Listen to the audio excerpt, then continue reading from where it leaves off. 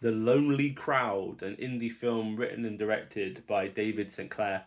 It's a romance stroke action thriller, and it centers around two characters. One called Peter, played by Adam Wesley, who is he was a baseball player and he gets injured, and his life kind of feels a little bit aimless. He's still quite hung up on his ex, who he meets and sees at a party in the early parts of the film. Peter's friend connects him online via a dating thing to a lady and sets up a date eventually. Peter's quite reluctant to do all this, but he kind of goes along with it, and he turns up for the date and meets Ashley, played by Anne Danehower. And Ashley is late, which doesn't create the best first impression. It's slightly tense. Things don't particularly go very well. After the date, something happens, however, and we discover that Ashley has actually got a quite violent past, or people in her past who are violent, who are going to make things very, very tricky. And Peter gets embroiled in this as well. And the two end up going on a kind of almost buddy cop type mission where they must stay ahead and work together in order to, stay alive, really. And unfortunately, those that are searching for Ashley then also search for Peter as well. It's a really great script. I think there's a lot of interesting themes being picked at here, in particular modern relationships. I talk about it in my written review, where we look at Peter's constant deflection and cynicism, how he's kind of fed up with the modern age, but he's not exactly helping himself.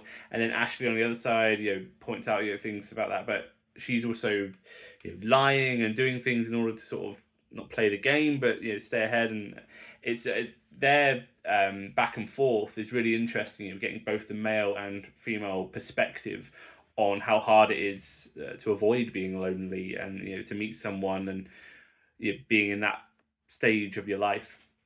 So those aspects work really well. There are some pacing issues with the movie. I did find it lag, particularly in the beginning part of the movie, and later on. Some of the scenes just sort of outstay their welcome a little bit. A slightly heavier edit was needed to just chop some of that up and make it maybe a little bit swifter. Probably could take about 10-15 minutes off the runtime, but that's just me being sort of pernickety. I wanted more action, but the action that we do get is pretty good. It just always is there as well, because we're getting these moments with the characters that are chasing Ashley. It creates a really nice atmosphere in the back. It just kind of lingers. You just know that they're being chased and that these characters are there. It's enough to make you aware of it and your heart beats slightly faster, and I think that's well handled. The music is also really well handled. There's a few scenes where it comes in and it's just brilliantly done. It really enhanced the scenes, brought out some great moments. So yeah, whoever did the music, well done. The chemistry really is the thing that's going to be lifting this movie, and if you're on board with Peter and Ashley as characters, then you're going to enjoy the movie. If you're not, then this is going to be a real uphill struggle for you. For me, I was really into it. I believed that begrudging type first date that just never ends. I found that actually really compelling, and it worked for me. Moments of it reminded me of a movie called Bulletproof. It's not in any way like that. That's like more sort of action comedy, with two guys. But it just had this bit where they're together and they're kind of forced together, and they sort of just make the most of it. There's also a really good scene in a motel. It's trying the guy's name. Apologies, this is not great for you guys.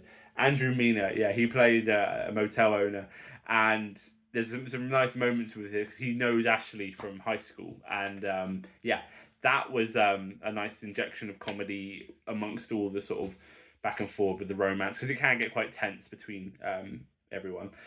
So yeah, really impressive. It's an indie film, so it's going to be a little bit rough around the edges.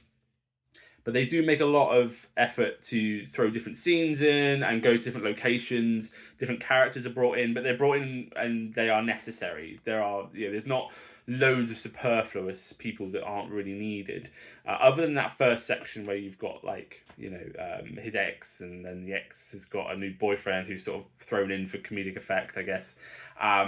But yeah, it's generally everything's there is needed, and all the scenes work. They just need to be slightly shorter and snippier. A bit like this review. You're probably watching this. Ironic, this guy keeps going on. But I'm just giving you my honest opinion of this film. But yeah, it's called The Lonely Crowd. I think it's not out yet. There is an Instagram page for it, The Lonely Crowd Movie, all one word. And there's a Facebook page, again, The Lonely Crowd Movie. So yeah, you can find out more about that. This review will be going on our YouTube channels and TikTok. So if you're a subscriber, thank you very much. If you're not, hit the buttons as you have to, okay? So that I don't feel too lonely. And yeah, remember to head to the website and watch or read the review and watch the trailer if it's there. Have we got a trailer? Yes, we have a trailer. So yeah, go and watch the trailer on the website and let me know what you think.